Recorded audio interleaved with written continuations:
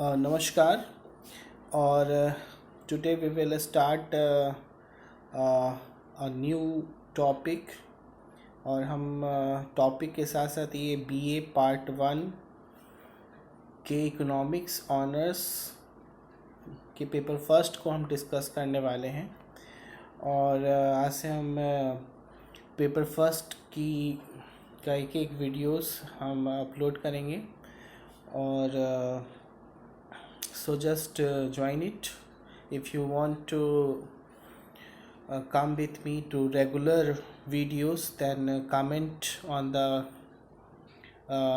anywhere on my YouTubes or on my Facebook, or otherwise on directly to my mobile phone, that is 9334419344. So this first chapter is that microeconomics, और paper first में हम लोग को पढ़ना है। So in BA part 1 economics honours unit first में है nature.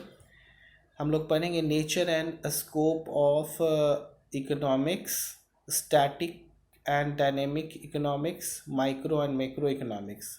This is in unit 1। Unit 2 की बात करें तो उसमें हम लोग को पढ़ना है consumption, utility concept, types and the relations, theory of consumer behaviour, cardinal and ordinal approach, demand concept, law of demand, elasticity of demand, types of elasticity of demand and measurement of elasticity of demand, और फिर है consumer surplus. Unit 3 में हम लोग को पढ़ना है cost and the revenue, types of cost, short run cost, long run cost and their relationship, उसी तरह प्रोडक्शन सप्लाई कॉन्सेप्ट। फिर यूनिट 5 में मार्केट है, market introduction, elements and the types of market, prices determinations, और lastly distribution and distributions theories. तो इन सारे का मैं वीडियोस एक एक करके बनाऊंगा, और उसके नोट्स को मैं गूगल क्लासरूम में अपलोड करता जाऊंगा, जिससे कि आप एक एक करके आप उसको तैयारी अच्छे से करते जाएं, लिखते जाएं और नोट्स भी बनाएं। और with the class lecture you just get understand what is that, जिससे कि आपकी तैयारी पूरी तरह से हो जाएगी। और हम चाहेंगे कि आप लोग ज्वाइन करें, और just contact me for that. So BA part 1 paper first हम लोग पढ़ रहे हैं माइक्रो इकोनॉमिक्स। उसमें सबसे पहले हमें पढ़ना है nature and scope of economics. So nature and scope सबसे पहले आता है कि what is the nature and what is the scope. Nature it means कि इकोनॉमिक्स हम क्यों पढ़ते हैं, उसकी प्रकृति क्या है, व्हाट इज इट्स एप्लीकेशंस। तो there are various nature and scope of economics as we consider.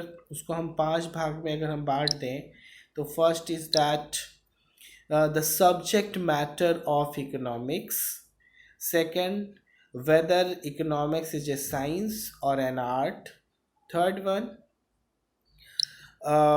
whether it is positive science or a normative science, whether it is a social science, and whether it can solve practical problems. So we will discuss all these one by one. So first of all आते हैं हम लोग a subject matter of economics. So subject matter से concern है कि what is subject matter में हम लोग पढ़ेंगे कि व्हाट इज़ इकोनॉमिक्स, है ना। सब्जेक्ट मैटर्स है what is simple economy. First of all we are familiar with the economy, what is economy and what is the market, all that. So in every society or every country, the people interact with each other to fulfill their needs. So they get transactions. तो transactions किसकी होती हैं? Goods and services की. तो किसी भी economy में या किसी भी देश की सोसाइटी में लोगों के द्वारा एक दूसरे के साथ इंट्रैक्शन किस बेस पे वो करते हैं? अपने वस्तुओं के आदान प्रदान करने के लिए वे एक दूसरे से एक्सचेंज करते हैं. So this is the simply economy is that. तो वो गुड्स भी हो सकते हैं एंड द सर्विसेज भी हो सकते हैं. So now we will discuss the why we study what is the economic problem behind that, so that we study the economics. So what is economic problem? Our economic problem क्या है ना? If there is no economic problem, there is no need to study the economy, but there is economic problem existence. So first of all, to get solution, we find out what is the problem of economics. So economics problem is the problem of rational management of resources, or the problem of optimum utilization of resources. It arises because resources are scarce and resources are alternative uses. So what it means, rational management? Rational management is that resources, or the problem of utilization of resources. Actually, each and every country has a limited resources. So problem is that how to utilize. Problem is that how to utilize that resources so that get maximum satisfaction. Okay तो हमारे पास या किसी भी देश में resource यानी कि संसाधन क्या है? लिमिटेड है. और उस लिमिटेड संसाधन को हम कैसे मैक्सिमम यूटिलाइज कर सकें, ये एक समस्या होती है, ये एक चैलेंज है ना, प्रॉब्लम है. And second one is that कि each and every resources have alternative uses. ये भी एक समस्या है कि अल्टरनेटिव यूजेस, इट मीन्स कि which problem you short out from this limited resources.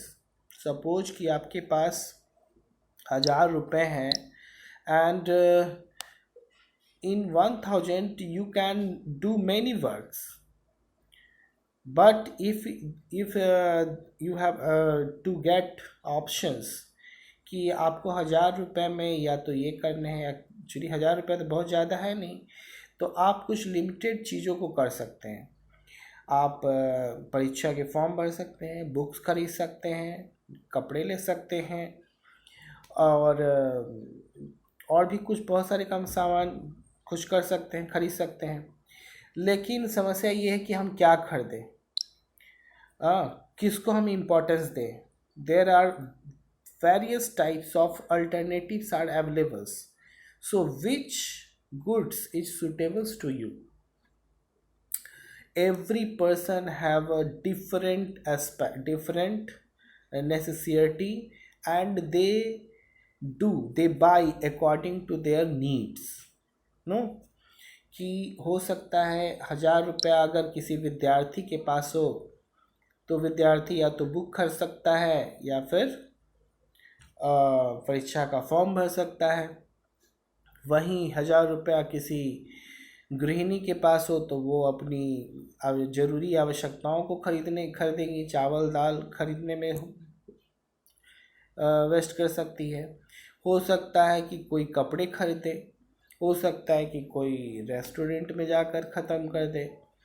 So according to their need, ये एक समस्या होती है कि हम अपने रिसोर्स को किस तरह से यूज़ करें, है ना, कौन से अपने लिमिटेड रिसोर्स को किस तरह से यूटिलाइज करें कि हम उससे मैक्सिमम सेटिस्फैक्शन मिल पाए। और और सेकंड प्रॉब्लम मैंने बताया कि क्योंकि रिसोर्सेज क्या है, स्केयर हैं। स्केयर इट मीन्स कि लिमिटेड है, उसकी कमी रहती है। अगर लिमिटेड ना होती तो there should be no problem, है ना।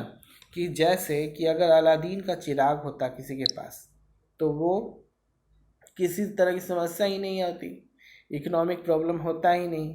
इकोनॉमी वहाँ इन्वॉल्व होता है जहाँ पे स्कैरसिटी आती है ना। तो जैसे कि स्कैरसिटी अगर हम कहें देखें कि water for the gate of example water का लेते हैं, जब वो बहुत ज़्यादा मात्रा में थी तो देयर वी शुड नॉट पे any price for the water. लेकिन जैसे ही उसकी उसकी कमी महसूस होने लगी, हम लोग उसको बेचना भी मार्केट में आ गया और वो उसके लिए हम पे भी करते हैं। सो बहुत नेसेसरी चीज़ है, बट जब बहुत ज़्यादा मात्रा में है, स्कैरसिटी नहीं है, तब तक तो इकोनॉमी इन्वॉल्व नहीं है। लेकिन जैसे ही स्कैरसिटी आती है हमारी इकोनॉमी स्टार्ट हो जाती है।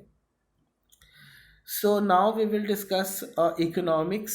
So what is that economics and definition about that? So actually there are different economists define different types of economists define different definitions. So if you are talking about the classical economist, that was the Adam Smith. तो Adam Smith ने कहा था कि the economics is the wealth of the science, धन का विज्ञान है। Economics क्या है? धन का विज्ञान है।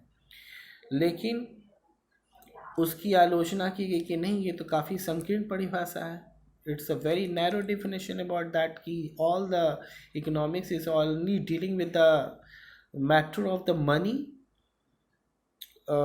No, second one, the neoclassical economist, that was Marshall